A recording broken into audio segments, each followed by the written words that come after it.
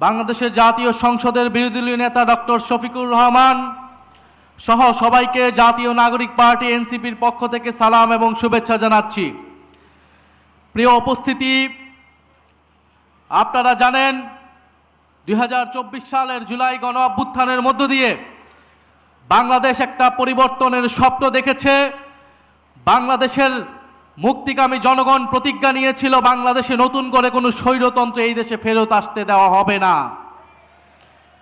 সেই প্রতিজ্ঞা থেকেই বাংলাদেশের সংস্কারের কার্যক্রম শুরু হয়। 5ই আগস্টের পর থেকেই প্রতি পদে পদে তৎকালীন বিএনপি সেই সংস্কার কার্যক্রমে বাধা দিয়ে এসেছিল। একটা পর্যায়ে তারা বাধ্য হয়ে ঐক্যমত কমিশনে আসে, কিন্তু ঐক্যমত কমিশনে এসেও প্রত্যেকটা গুরুত্বপূর্ণ সংস্কারে তারা নোট অফ ডিসেন্ট অর্থাৎ তাদের বাধা, তাদের অসম্মতি তারা জানিয়ে এসেছে। সবশেষে তারা গণভোটের জনগণের চাপে, সেই সময়ে রাজনৈতিক বাস্তবতার চাপে তারা গণভোটে রাজি হলেও আমরা দেখতে পেলাম যে নির্বাচনের পরপর তারা গণভোটকে অস্বীকার করা শুরু করেছে।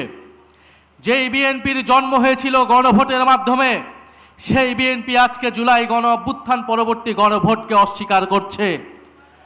ভারতপক্ষে বিএনপি তার অস্তিত্বকেই অস্বীকার করতে শুরু করে দিয়েছে।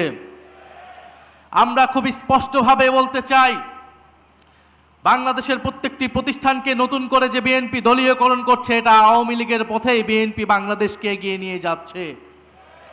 বিএনপি যদি আওয়ামী লীগের পথে, পুরনো স্বৈরাচারের পথে এই দেশকে এগিয়ে নিয়ে যেতে চায়, তাহলে বাংলাদেশের জনগণ আবারও রুখে দাঁড়াবে, বাংলাদেশের তরুণ সমাজ আবারও রুখে দাঁড়াবে, বাংলাদেশের জুলাই গণ অভ্যুত্থানে অংশগ্রহণকারী প্রত্যেকটি ছাত্র জনতা আবারও রাজপথে দাঁড়াতে বাধ্য হবে। বিএনপি কৃষক কার্ড, ফ্যামিলি কার্ড দিয়ে জনগণের মন ভুলানোর চেষ্টা করছে।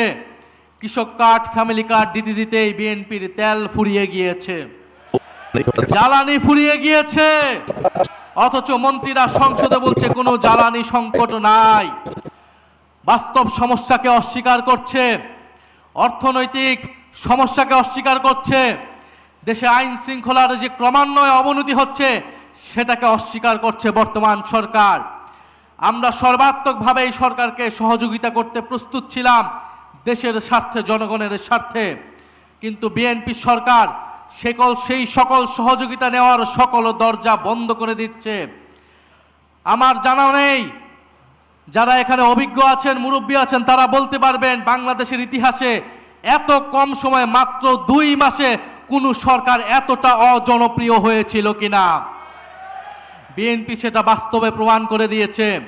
এই সরকার 2 মাসে যতটা অজনপ্রিয় হয়েছে, আমরা জানি না আগামী 6 মাসে তার পরিণতি কি হবে, তার অবস্থান কি হবে। আমরা দেশে কোনো অস্থিতিশীলতা চাই না। আমাদের দাবি একটাই, গণভোটের গণরায় বাস্তবায়ন করে জুলাই গণ অভ্যুত্থানকে প্রকৃত সম্মান দেওয়া, জুলাই শহীদ পরিবারকে প্রকৃত সম্মান দেওয়া, আহত যোদ্ধাদের প্রকৃত সম্মান দেওয়া। আমরা সেটার জন্য রাজপথে আছি, সংসদে আছি। ইনশাআল্লাহ আমরা ঐক্যবদ্ধভাবে আমাদের সে দাবি আদায় করে ছাড়বো ইনশাআল্লাহ। আসসালামু আলাইকুম।